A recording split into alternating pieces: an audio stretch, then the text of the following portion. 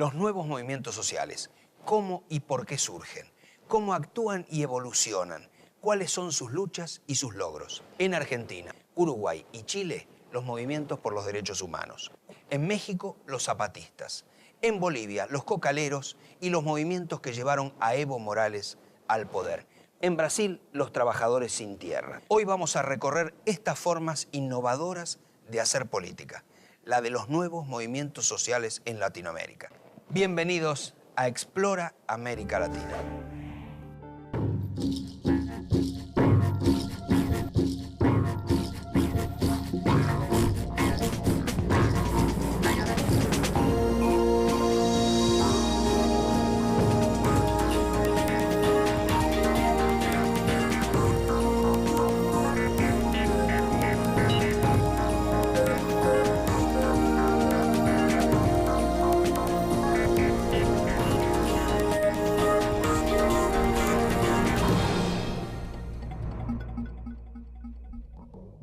A fines de los 70, en la Argentina, en plena dictadura, los movimientos de derechos humanos, con organizaciones como las Madres de Plaza de Mayo, hacen pública una verdad silenciada.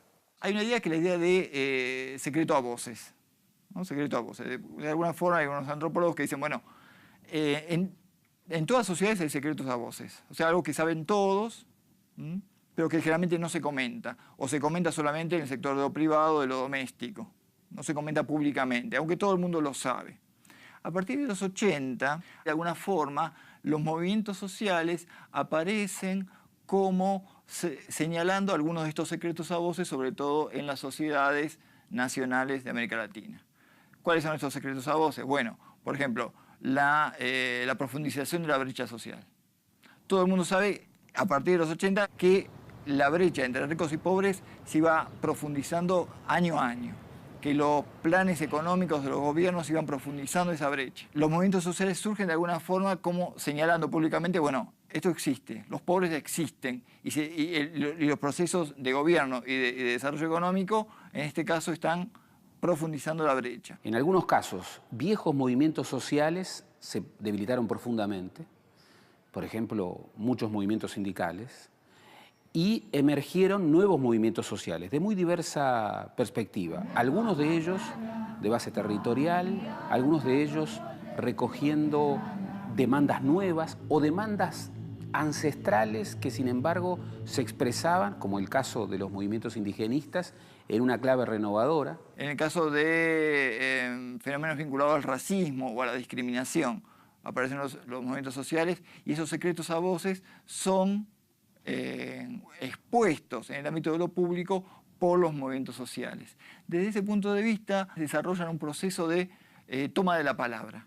El concepto es de Michel de Certeau, ¿no? Del francés. Él lo aplicaba al Mayo francés.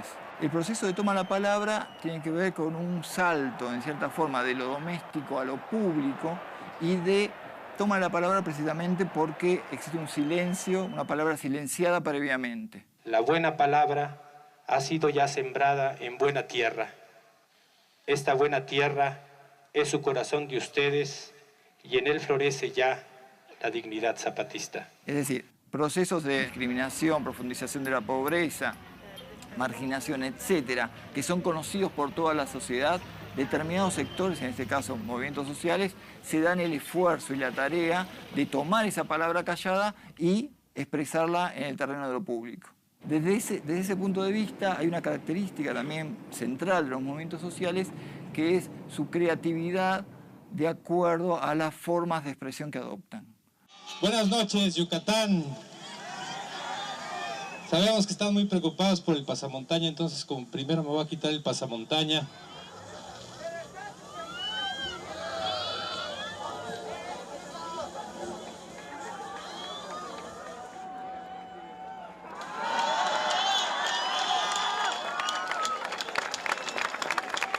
Ya nos quitamos el pasamontaña, esperamos que el gobierno también se quite la máscara que está usando para engañarnos a todos.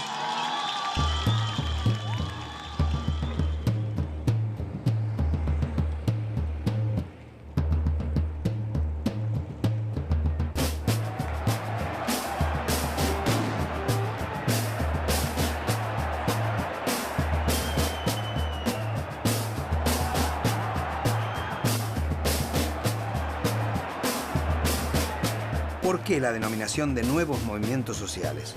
No solo porque irrumpieron en las últimas décadas, también en oposición a las agrupaciones tradicionales que canalizaban la participación política antes de los 80, como partidos y sindicatos.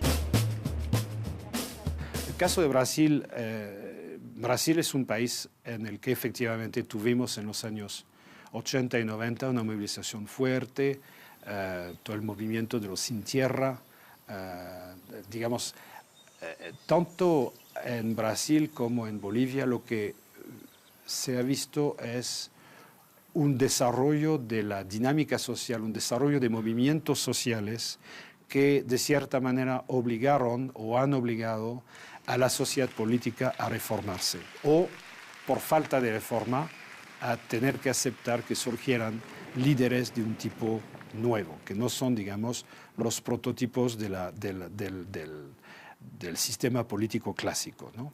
Son dos ejemplos, hay otros, seguramente Hugo Chávez en Venezuela, que viene de otra cepa, ex militar, también es interesante en este sentido, ¿no? Tratamos de aportar ideas para la salvación de este planeta, para salvarlo de la amenaza imperialista y para que ojalá pronto, en este siglo, no muy tarde, ojalá podamos verlo nosotros y vivirlo mejor, nuestros hijos y nuestros nietos, un mundo de paz, bajo los principios fundamentales de la Organización de Naciones Unidas, pero relanzadas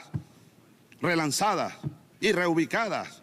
Creo que Naciones Unidas tenemos que ubicarla en otro país, en alguna ciudad del sur. Es como el cansancio del modelo político clásico, una cierta dificultad que tiene la clase política a renovarse y pueden emerger, digamos, en condiciones difíciles de gobernabilidad, especialmente en el caso de Bolivia, líderes de un tipo nuevo, y obviamente en Bolivia está el factor indígena, ¿no es cierto?, que explica a la vez el movimiento, digamos, de reivindicación y la emergencia de un Evo Morales. Que llegó con mayoría en primera vuelta y que expresa eso, una coalición de movimientos sociales. Una de las características de los movimientos, de los nuevos movimientos sociales, es su diversidad, ¿no? Podemos pensar tal vez primero en dos universos particulares.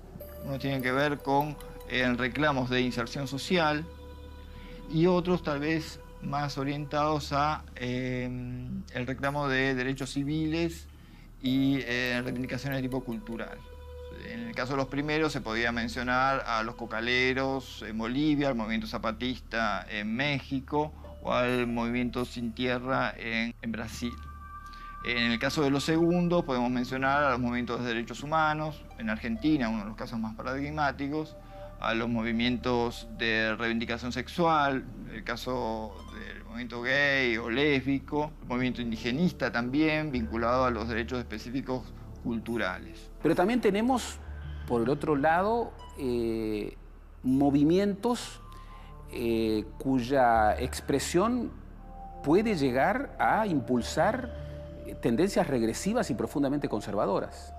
Movimientos de alto delito, tenemos el caso de Colombia, la llamada narcoguerrilla, en donde, bueno, allí se configura de alguna manera una mezcla explosiva, en donde tú tienes narcotráfico, tienes altos circuitos de delincuencia calificada y tienes viejas guerrillas que han olvidado sus fuentes y que de alguna manera proyectan de alguna manera un futuro de profundización de la marginación social. Esto hace que el caleidoscopio de movimientos sociales hoy en América Latina deba ser registrado en su complejidad.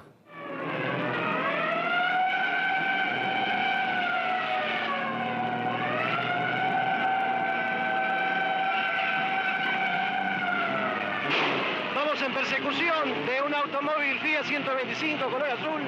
Se efectúan algunos disparos de intimidación. En el vehículo perseguido viajan 3 individuos aparentemente. El descubrimiento de la sociedad civil como ámbito político surgió con las dictaduras, cuando ante la represión y las persecuciones, las víctimas o sus familiares hallaron en asociaciones civiles o grupos que fueron formándose las respuestas que las instituciones y la justicia les negaban. Perdón, señor, buen día. ¿Nos podría dar alguna información? No puedo dar ninguna información, señor Mayala. Gracias. En este caso, fue la expresión del responsable del grupo militar.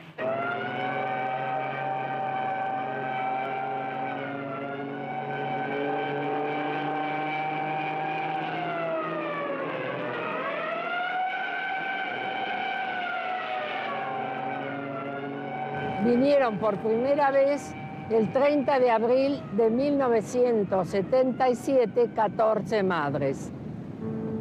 De estas 14 madres, muchas ya no están, pero muchas de ellas siguen viniendo y dando la vuelta a la Plaza de Mayo. Salimos en plena dictadura, tal vez en un acto de inconsciencia, pero de amor total. En 1977 nacen Madres de Plaza de Mayo y Abuelas de Plaza de Mayo, organizaciones emblemáticas del amplio movimiento de derechos humanos en la Argentina. Nacen en la búsqueda de sus hijos desaparecidos y de sus nietos, muchos nacidos durante el cautiverio de sus madres y luego apropiados. Una movilización de mujeres que sí surge al mundo público en función de una demanda que tiene que ver con esto de la familia. O sea, las madres de Plaza de Mayo son madres y salen como definiéndose como madres de hijos e hijas detenidos desaparecidos. Seguimos siendo madres, no renegamos de eso, pero le dimos otro carácter a la maternidad. La ampliamos. Quedamos embarazadas para siempre de nuestros hijos y de miles y miles de hijos en todo el mundo. Porque las madres en un momento socializamos la maternidad. Entonces yo te dije que me falta mi hijo y mi nuera, pero ya no pedimos por ellos, pedimos por los 30.000 hijos que nos faltan. ¿Qué se hace después con eso en la esfera pública? Es parte de la historia. O sea, uno podría decir, se convirtió el movimiento vinculado al parentesco, porque o sea, no es solo las madres, madres, abuelas, pero después familiares. ¿Qué pasó con eso? ¿En qué se fue transformando? ¿Cómo se vinculó con otros movimientos? Una de las cosas es que sí, es el emblema del movimiento de derechos humanos, pero el movimiento de derechos humanos es mucho más que las madres. Y el movimiento de derechos humanos, además, tiene una agenda que va más allá de la cuestión con los detenidos desaparecidos. Y al involucrarnos con las luchas sociales, comenzamos no a cambiar los reclamos, sino a ampliar los reclamos. Y es lo que continuamos haciendo. Entonces allí hubo una expansión por parte de, o una incorporación por parte de las Madres de Plaza de Mayo y otros movimientos familiares a una agenda más amplia. Pero no ha habido una transformación de esas propias organizaciones. Siguen siendo organizaciones donde solo son miembros aquellos que tienen parientes, no se transformó en un movimiento de ciudadanía. Entonces, en ese sentido, se mantuvieron en la definición literal del parentesco.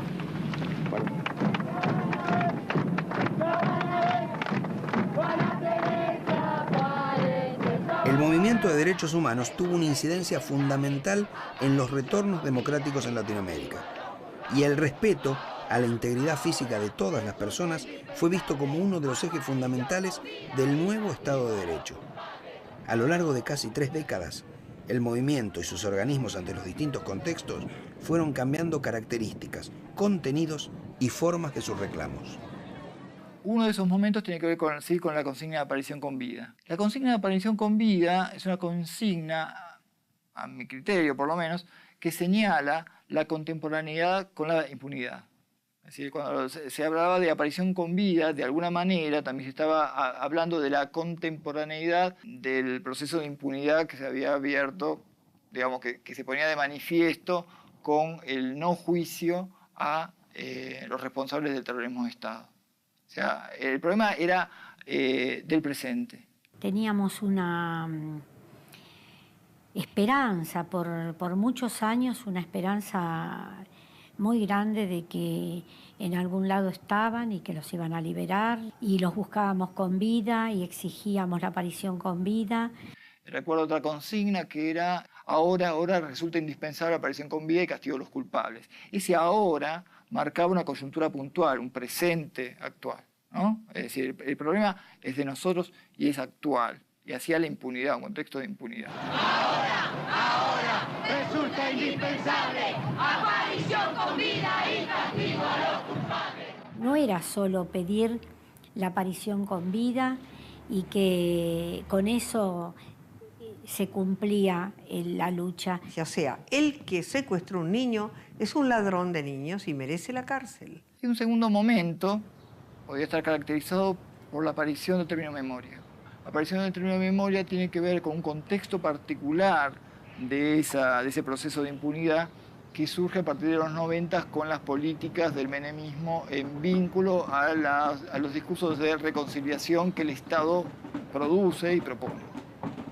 El Estado propone, además comienza con Alfonsín, las leyes de punto final, que se profundiza finalmente con los decretos de indulto de Menem, y una política de reconciliación en base a un discurso articulado por la idea de olvido. Que Abuelas de Plaza de Mayo, cuando comenzó el primer gobierno constitucional, como ciudadanas salimos a la calle a festejar. Volver a recuperar la democracia interrumpida, para nosotros era la verdad, la justicia, el logro y el Estado de derecho a hacerse cargo de lo que el Estado terrorista hizo. Después vinieron juicios que fueron muy importantes, el juicio a los comandantes, único, pero luego vinieron leyes de claudicación, como las leyes de punto final y obediencia debida, que liberaron a todos los responsables del terrorismo de Estado desde una jerarquía hacia abajo, porque obedecieron órdenes, cosa inaceptable. Hay que olvidar, ¿no? Es decir, el término olvido es utilizado por el discurso del Estado. A partir del discurso de la impunidad del menemismo, un discurso articulado bajo la idea de olvido, los movimientos de derechos humanos comienzan a incorporar en sus reivindicaciones la idea de memoria. Profundización de formas que ya venían utilizando, el uso de fotografías, poner ahí la memoria sobre la desaparición. En los 90, la respuesta al discurso del olvido incluye el surgimiento de nuevas organizaciones. Es el caso de Hijos, opuesta al olvido desde su denominación. Hijos es un organismo de derechos humanos, es una sigla, significa Hijos por la identidad y la justicia contra el olvido y el silencio. Que agrupa a los hijos de desaparecidos, asesinados, expresos políticos, exiliados y a todo aquel que se sienta hijo de una generación que luchó por cambiar el país. Y, bueno, puede haber un último capítulo, si se quiere, que es un poco el contexto actual, donde las políticas de Estado coinciden con el proceso de justicia sobre el terrorismo de Estado. Condena a Miguel Osvaldo Echecolás, de las demás condiciones sobrantes en autos, a la pena de reclusión perpetua e inhabilitación.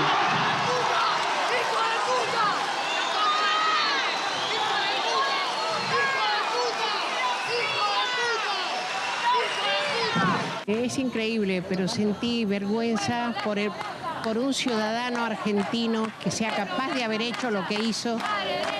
Pena porque no da respuestas de mi nieta. Pena porque no sé cómo mataron a mi hijo ni por qué. Una mezcla de sentimientos tremendo. Pero sí pienso seguir buscando a Clara Nay día por día y luchando todo lo posible para tener justicia para los demás desaparecidos.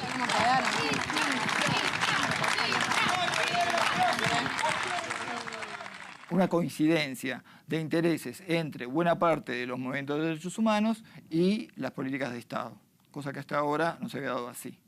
Recuperar un campo de concentración como fue la Escuela de Mecánica de la Armada para ser un espacio de la memoria, descolgar cuadros de los últimos dictadores de una escuela militar es importante, leyes reparatorias y después la invitación permanente que hacen para consultarnos sobre gestiones del Estado. O sea, aquí la oposición o tensión entre Estado y nuevos movimientos sociales no sería tal, ¿no? Habría que hablar más bien de relación, de vínculo, etc.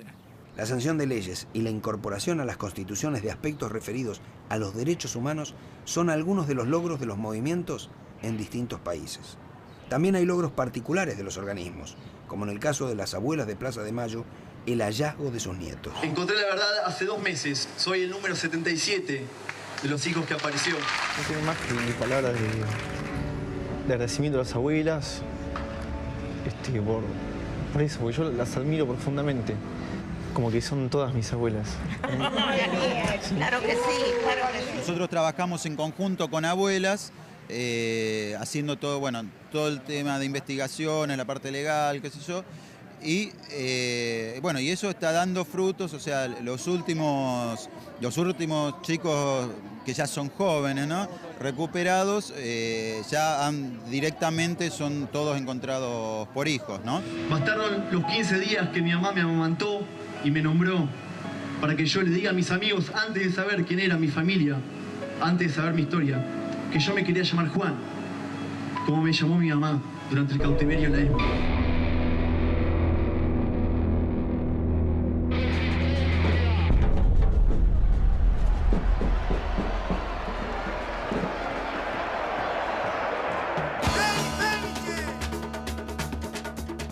En los 80 se dan en casi todos los países afectados por las dictaduras las transiciones democráticas. Con el normal funcionamiento de las instituciones, la reaparición de los partidos y la actividad sindical, muchos pronosticaron que disminuiría la incidencia de los movimientos sociales. Esto sucedió en algunos casos. En Brasil, donde los partidos lograron unificar y representar reclamos de los movimientos, y en el Uruguay. El final de la dictadura, ¿qué es lo que generó? Generó que justamente cuando se producía la explosión de la lucha antiautoritaria, emergían movimientos sociales de nuevo cuño. Y allí el Uruguay, yo creo que perdió una gran oportunidad, que era justamente ver el fin de la dictadura como la gran oportunidad, no para restaurar la democracia anterior, sino para fundar con una nueva sociedad emergente una nueva democracia, donde también emergiera la riqueza de estos nuevos movimientos sociales de base territorial, no partidistas, con una amplia gama de demandas que cruzaba la malla de representación social por una perspectiva antes no cubierta. Lamentablemente, la postdictadura, ¿qué es lo que generó? Generó una asfixia de estos nuevos movimientos sociales. Nuevos movimientos sociales que no casualmente, 20 años después, comienzan a tener nuevo desarrollo.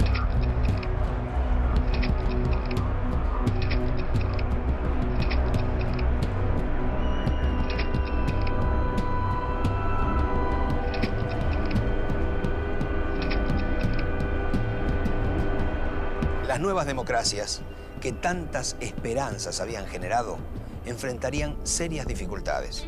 Las deudas externas aumentadas durante las dictaduras, las crisis económicas y la baja en los indicadores sociales hicieron sucumbir a la mayoría de los gobiernos de primer turno de las transiciones. El descontento se reflejó en la llamada crisis de representación. Las instituciones perdieron su rol de canalizadoras de los reclamos y los partidos su apoyo masivo. En ese contexto, se afianzaron movimientos sociales basados en la reafirmación de derechos e identidad, entre otros, movimientos étnicos, feministas o por los derechos de los homosexuales.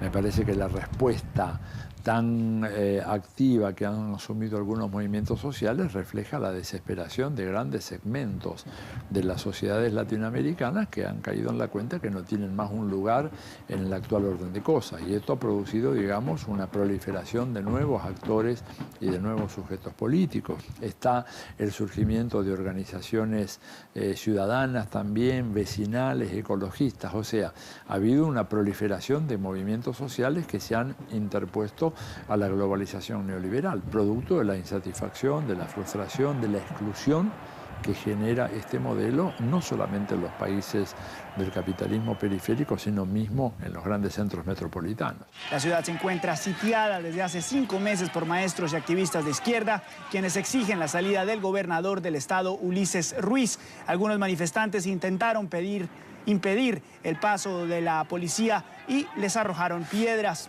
En el próximo bloque recorreremos por dentro a los sin tierra en Brasil y el primero contra la globalización y el neoliberalismo, el zapatismo en México.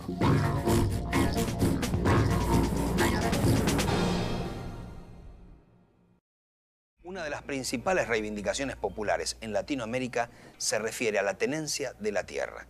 el motivo central de la lucha del movimiento social más grande del mundo, el de los trabajadores rurales sin tierra en Brasil.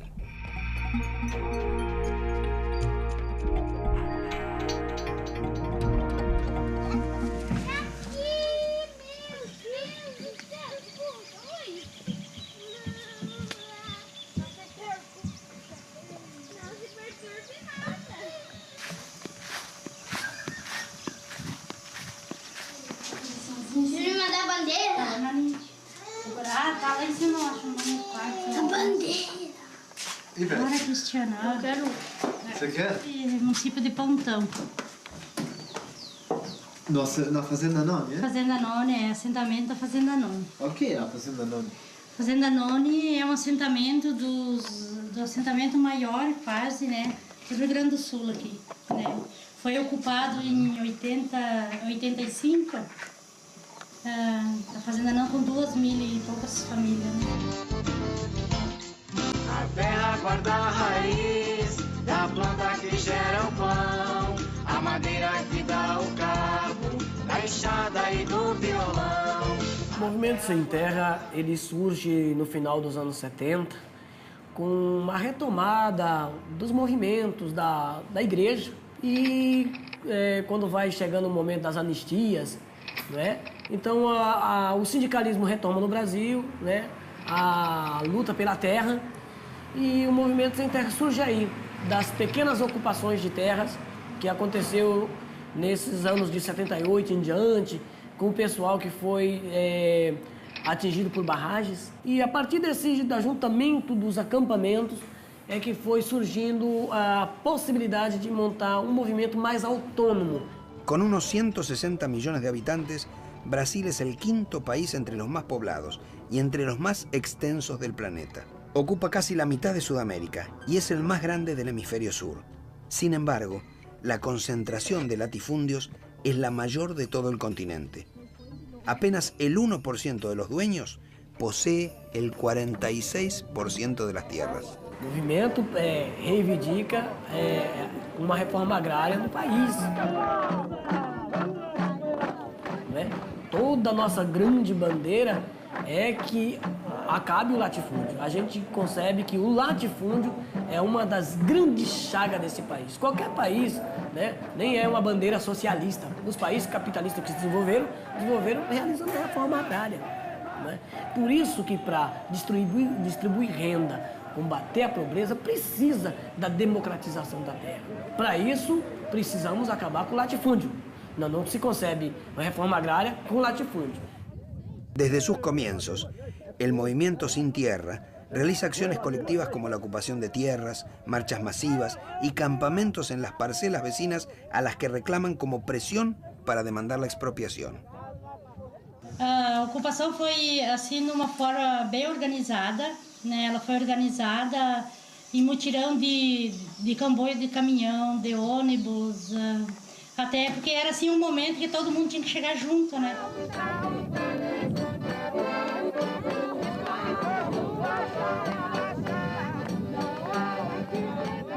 Várias lembranças importantes. Uma foi da noite que nós chegamos na ocupação, que era uma noite de lua clara, tu olhava longe no mato, assim, não chegava longe. E aí nós com os facão, cortando vara para montar os barracos, e aí estouro de facão naquelas madeiras, e risada, e grito, e para nós aquilo era uma farra, tava num piquenique. Aí a repressão chegou ali no outro dia, né? Aí era um aparato muito grande de polícia, até teve um que foi machucado, né? Arroz, morreu, né? E morreu gente também. Na verdade, não ali no acampamento, em luta, briga ali, né? Morreram o pessoal nas lutas, né? Agora ali, por exemplo, a polícia tinha uma época ali, teve um aparato de arma ali que eu, quando vim para ali, que ia ser que existia aquele tipo de arma que eu não conhecia. Grandes vitórias do MST nesses anos todos é da gente ter hoje mais de 400 mil famílias assentadas. Né? De pessoas que estavam vivendo nas situações mais vergonhosas, na periferia, né? Na margem da miséria. E essas pessoas readquirir a capacidade, né, de ter sonho, de sonhar. Uma vida de um assentado, ela é boa, porque a gente permanece organizado. Então, se nós tivéssemos como objetivo único e exclusivo a terra e ser assentado e largada a organização, eu creio que nós seríamos excluídos da sociedade hoje. Mas como a gente permanece organizado, a gente permanece de forma grupal ainda. Tem 3 tipos de trabalho aqui dentro da Fazenda Noni, que é coletivismo, associativismo e agricultura familiar. Então, mas mesmo assim a gente continua organizado. E é só organizado a gente permanece na terra, senão, de forma individualmente, a gente perde esse sentido. Una característica notable del movimiento es la importancia que le asigna la educación. Con el apoyo de UNICEF, UNESCO y programas nacionales, los Sin Tierra llevan instaladas más de 1.800 escuelas en sus campamentos y asentamientos. A educação é dos grandes setores da MST. Surgiu nos anos 80, no final dos anos 80, quando a gente começou a organizar os assentamentos. Também a gente sentiu a necessidade de organizar a educação a partir do acampamento. Por quê? Porque o setor de educação trabalha construindo uma nova educação, a educação própria para o campo, né? Nós queremos uma forma de educação para o campo. Por quê? Porque a pedagogia da terra ela tem que ser diferenciada da pedagogia que a gente tem curricular da forma que é. Por quê? Porque as escolas de assentamento é uma forma diferente de aprender. Essas crianças, essas pessoas vão para a luta a partir do conflito, né? São sujeitos de sua história, são diferentes, são mais críticos de sua história. Nós fizemos um convênio com o governo federal, né? Porque nós queremos, num curto espaço de tempo, ter nossos assentamentos e acampamentos ser território livre do analfabetismo. Então, nós estamos nesse projeto Brasil Alfabetizar, né? Então, toda a nossa formação de professores é no intuito da gente trabalhar nesse sentido de erradicar o analfabetismo em nossas fileiras, né? Um projeto fantástico que o MST tem no campo do ensino, né, da educação, é que todos os dirigentes nossos têm que ter 2º grau. Então, toda a nossa militância, que hoje são quase 20 mil voluntários militantes integral da MST, todos esses estão na escola. Chama-se projeto de escolarização. Por quê? Só pode dirigir as coisas quem sabe. El movimiento de los Sin Tierra está organizado en 23 de los 26 estados del Brasil y su estructura da una idea de las dimensiones y el alcance del movimiento. Los Sin Tierra reúnen las características definitorias de los movimientos sociales en Latinoamérica. Es una organización originada en reivindicaciones muy específicas que se expande en los 80 y los 90 como movimiento de oposición a las políticas neoliberales, conjugando sus demandas por la tierra con principios más amplios de derechos y justicia social. Então, se você resgata as nossas raízes, você resgata a solidariedade. Então, nós temos no movimento um trabalho forte nesse aspecto do resgate, da recuperação da nossa cultura, da verdadeira cultura camponesa, que valoriza pequenas coisas simples da vida, mas que são fundamentais, que coloca no centro do nosso dia a dia não o dinheiro, não ganhar, não o enriquecimento, mas sim a sobrevivência nossa enquanto espécie, enquanto pessoas, enquanto seres humanos. E é um processo simples de fazer, mas difícil. Então, para mim, o Sem Terra ele é esse sinônimo de povo, de pessoas organizadas em luta para mudar essa sociedade, para ter uma sociedade mais justa. A terra guarda a raiz da planta que gera o pão, a madeira que dá o cabo, a enxada e do violão. A terra guarda a raiz. Una década después de la constitución del movimiento Sin Tierra, surgirá al sur de México, en la zona maya de Chiapas, otro de los movimientos sociales más importantes de Latinoamérica, los zapatistas. Un ejemplo único de la irrupción global de un movimiento que 24 horas antes era prácticamente desconocido fuera de sus fronteras. Hermanos, nosotros nacimos de la noche, en ella vivimos, moriremos en ella, pero la luz para los más, para todos aquellos que hoy lloran la noche. El ZLN en México tuvo en 1994 un principio deslumbrante, aún para los que no creemos en la violencia y rechazamos la lucha armada, fue muy importante. Yo creo que es importantísimo porque finalmente se puso en el tapete de las discusiones por primera vez el caso de los indígenas, ¿no? El pueblo indio es fundadores de México, no los españoles. Pero y das cuentas, nosotros tomen en cuenta, a los pobres no tienen derecho en la Constitución y los más ellos se tienen derecho en la Constitución. Vemos que ahí en la población indígena están concentradas, digamos, todas las dificultades que existen.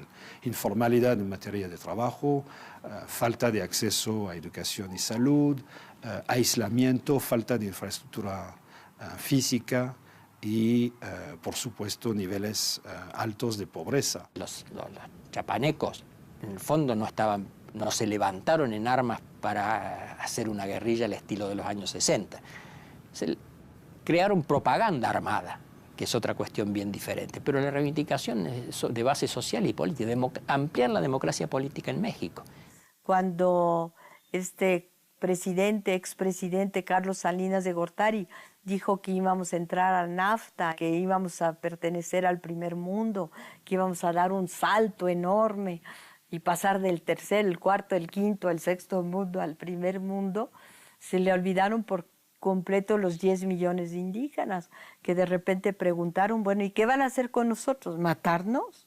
Fue muy importante que se convirtiese en un movimiento social y que hubiese el discurso del subcomandante Marcos, que dialogó por unos años con la sociedad mexicana de una manera muy consistente. Y el camino marcará a los que vienen atrás. Una suma de características contribuyeron al impacto del movimiento zapatista. Tratarse de un ejército popular que afirmaba que solo usaría las armas si era atacado, que no tenía intención de tomar el poder central, a diferencia de expresiones armadas anteriores, sino lograr el reconocimiento de sus derechos como indígenas, y un líder carismático, con el concepto de mandar obedeciendo a los pueblos que representaba. Vamos adelante para que salgamos en la lucha avante. Efectivamente es un movimiento que desató un enorme interés a nivel mundial. Ahí llegaron ONGs del mundo entero, mucha solidaridad, digamos, con la noción de poder construir una gobernabilidad autónoma dentro de un Estado tan fuerte, con esta reputación de ser tan fuerte como el Estado mexicano. Es una forma de hacer política con ética, donde no existe un mandón, donde el que mande, mande obedeciendo, y donde el que mande, mande, pero también caminando y preguntando, preguntando. Aprender a hablar y aprender a escuchar. La grandeza de esa dirección zapatista que va de las ciudades, que va de las universidades de México, que va de los blanquitos de México, de los mestizos, ¿no? La grandeza de ellos fue darse cuenta que no podían dirigir a los pueblos indios y que más bien se tenían que integrar a ellos, y esto de mandar obedeciendo no es una manera de hablar, es en serio. El subcomandante no es el comandante. Ustedes han sido los mejores maestros y dirigentes, y estoy seguro que seguirán llevando por buen camino nuestra lucha, enseñándonos a todos a ser mejores con la palabra dignidad. Los zapatistas lograron un impacto enorme al exponer en el mundo un conflicto local y un problema nacional. Paradójicamente, utilizaron herramientas propias de la globalización, la red de medios de comunicación y el apoyo de grupos político-culturales de las más diversas regiones del planeta. Y entonces se plantea la posibilidad de hacer un proyecto en que las comunidades se articulen entre sí, se articulen con otras comunidades, y en que todos los pobres de la tierra el día de mañana se lleguen a articular. Hay un renacimiento del interés por organizarse, por obtener ya una vida política distinta a la inhumana que está, en todos sentidos, que estaba recibiendo, pero no hay la posibilidad electoral. Resistencia hay, pero si hay construcción de una institucionalidad autónoma y si esta tiene sustentabilidad dentro del modelo de desarrollo de México, es una pregunta a la que poca gente contestaría de manera positiva. Creo que el EZLN va a terminar optando por la opción política como hizo Evo Morales en Bolivia. Dentro de la gran crisis de la alternativa que hay, yo creo que uno de los movimientos más originales, uno de los movimientos más ricos, es el movimiento zapatista. Los zapatistas son también un ejemplo de la utilización por parte de los nuevos movimientos sociales del arte o de las formas estéticas en conjunción con la política o sus demandas. Otro caso interesante es el de los movimientos por los derechos humanos. Las formas innovadoras de incidir en la esfera pública para exponer sus reclamos es otra de las características de los nuevos movimientos sociales. Las marchas de las Madres de Plaza de Mayo en torno a la pirámide, los cortes de ruta en Bolivia o la Argentina, o los llamados scratches iniciados por la organización Hijos. Nosotros básicamente partimos desde la concepción del juicio y castigo, ¿no? En el momento en el que Hijos se formó, todavía seguía vigente la obediencia debida y el punto final, lo cual impedía juzgar a los militares. Y la estrategia que encontramos en ese momento fue el escrache. Que es la forma de que la propia gente que vive en el barrio donde hay un genocida, que repudie a ese genocida, que el panadero no le venda el pan, que el carnicero no le venda la carne, que la gente lo ve por la calle y lo insulte. O sea, es una forma de que esté preso en su propio barrio, ¿no?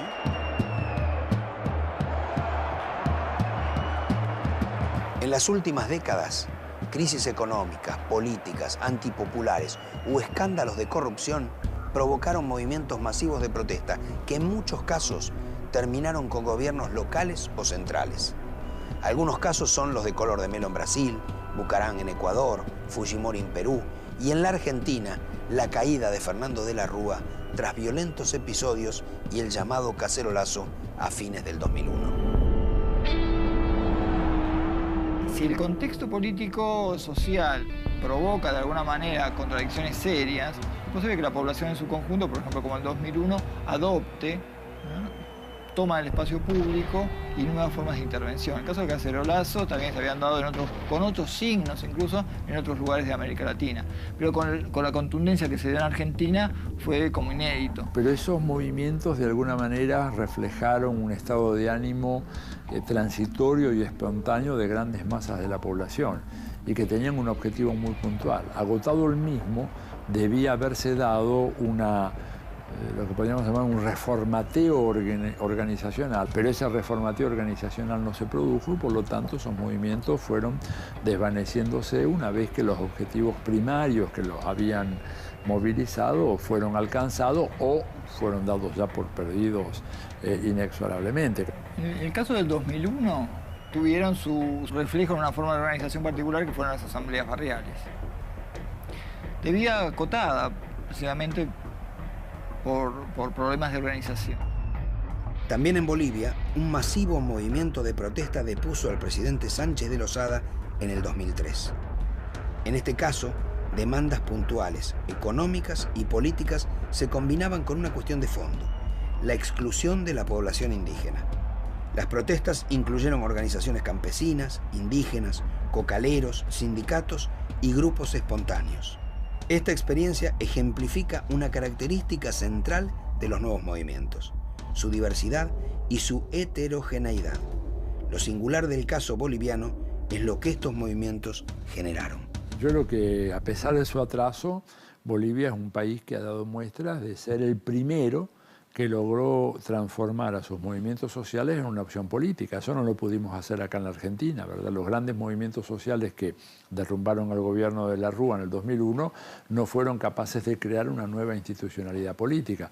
En Bolivia eso se ha creado.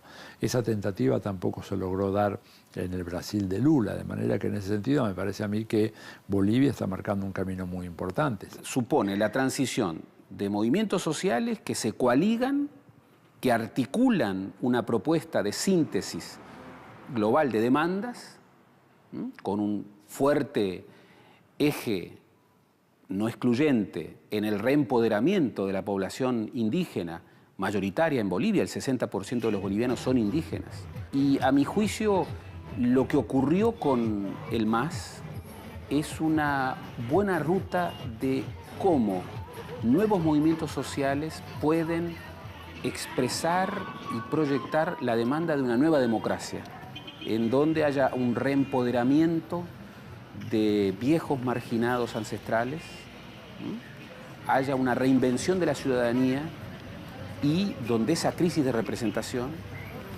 dé lugar a nuevas modalidades de representación que funden una nueva ciudadanía.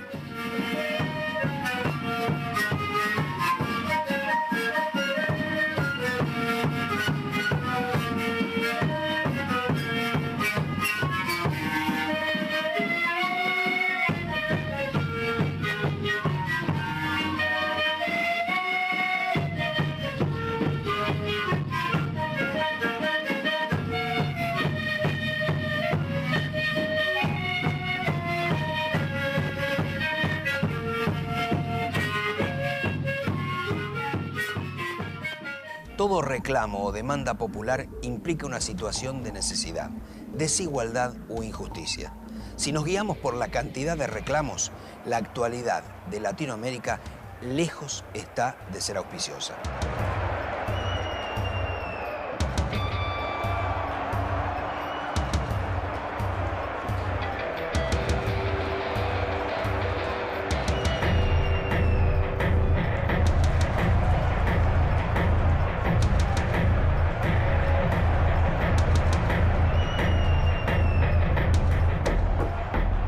Pero hay otra lectura posible, que cientos de miles de latinoamericanos, castigados por planes, políticas, crisis, gobiernos propios o ajenos y procesos globales, no se cruzan de brazos, ni se resignan a su suerte.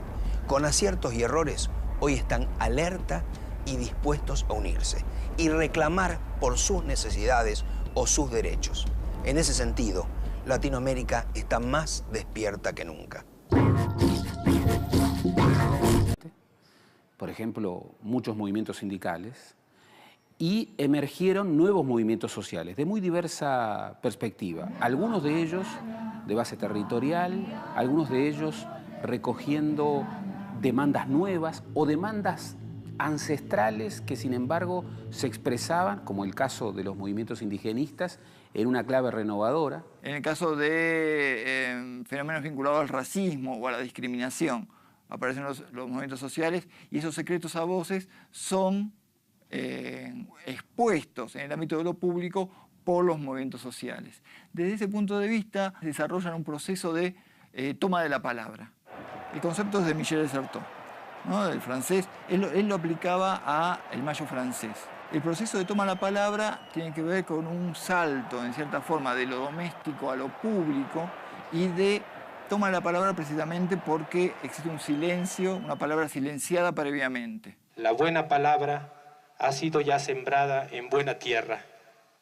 Esta buena tierra es su corazón de ustedes y en él florece ya la dignidad zapatista. Es decir, derechos humanos, con organizaciones como las Madres de Plaza de Mayo, hacen pública una verdad silenciada. Hay una idea que es la idea de secreto a voces. ¿No? Secreto a voces. De alguna forma hay unos antropólogos que dicen, bueno, en todas sociedades hay secretos a voces. O sea, algo que saben todos, pero que generalmente no se comenta. O se comenta solamente en el sector de lo privado, de lo doméstico. No se comenta públicamente, aunque todo el mundo lo sabe. A partir de los 80, de alguna forma, los movimientos sociales aparecen como señalando algunos de estos secretos a voces, sobre todo en las sociedades nacionales de América Latina. ¿Cuáles son estos secretos a voces? Bueno, por ejemplo, la profundización de la brecha social.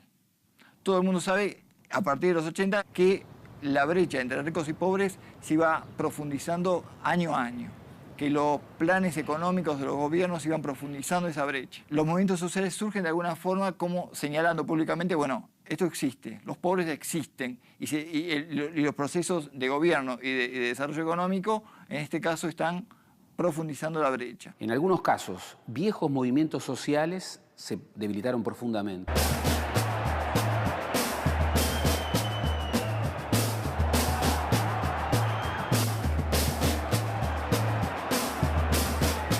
¿Por qué la denominación de nuevos movimientos sociales? No solo porque irrumpieron en las últimas décadas, también en oposición a las agrupaciones tradicionales que canalizaban la participación política antes de los 80, como partidos y sindicatos. El caso de Brasil, Brasil es un país en el que efectivamente tuvimos en los años 80 y 90 una movilización fuerte, todo el movimiento de los sin tierra, digamos, tanto en Brasil como en Bolivia lo que se ha visto es un desarrollo de la dinámica social, un desarrollo de movimientos sociales que de cierta manera obligaron o han obligado a la sociedad política a reformarse o, por falta de reforma, a tener que aceptar que surgieran líderes de un tipo nuevo, que no son, digamos, los prototipos del sistema político clásico, ¿no? Los nuevos movimientos sociales, ¿cómo y por qué surgen? ¿Cómo actúan y evolucionan? ¿Cuáles son sus luchas y sus logros? En Argentina, Uruguay y Chile, los movimientos por los derechos humanos. En México, los zapatistas. En Bolivia, los cocaleros y los movimientos que llevaron a Evo Morales al poder. En Brasil, los trabajadores sin tierra. Hoy vamos a recorrer estas formas innovadoras de hacer política, la de los nuevos movimientos sociales en Latinoamérica. Bienvenidos a Explora América Latina.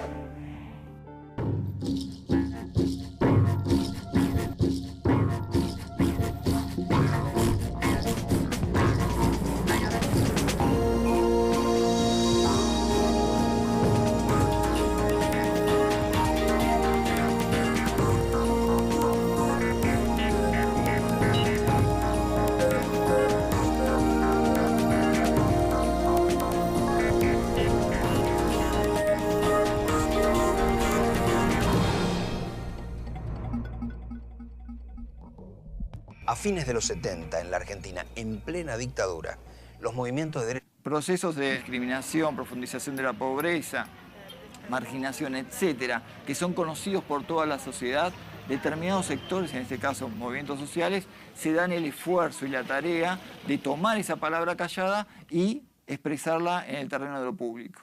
Desde ese punto de vista hay una característica también central de los movimientos sociales, que es su creatividad de acuerdo a las formas de expresión que adoptan.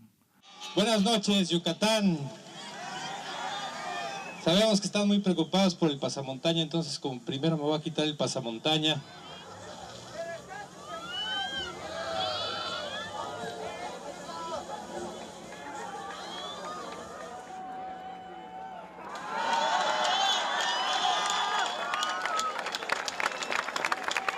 Ya nos quitamos el pasamontaña, esperamos que el gobierno también se quite la máscara que está usando para engañarnos a todos.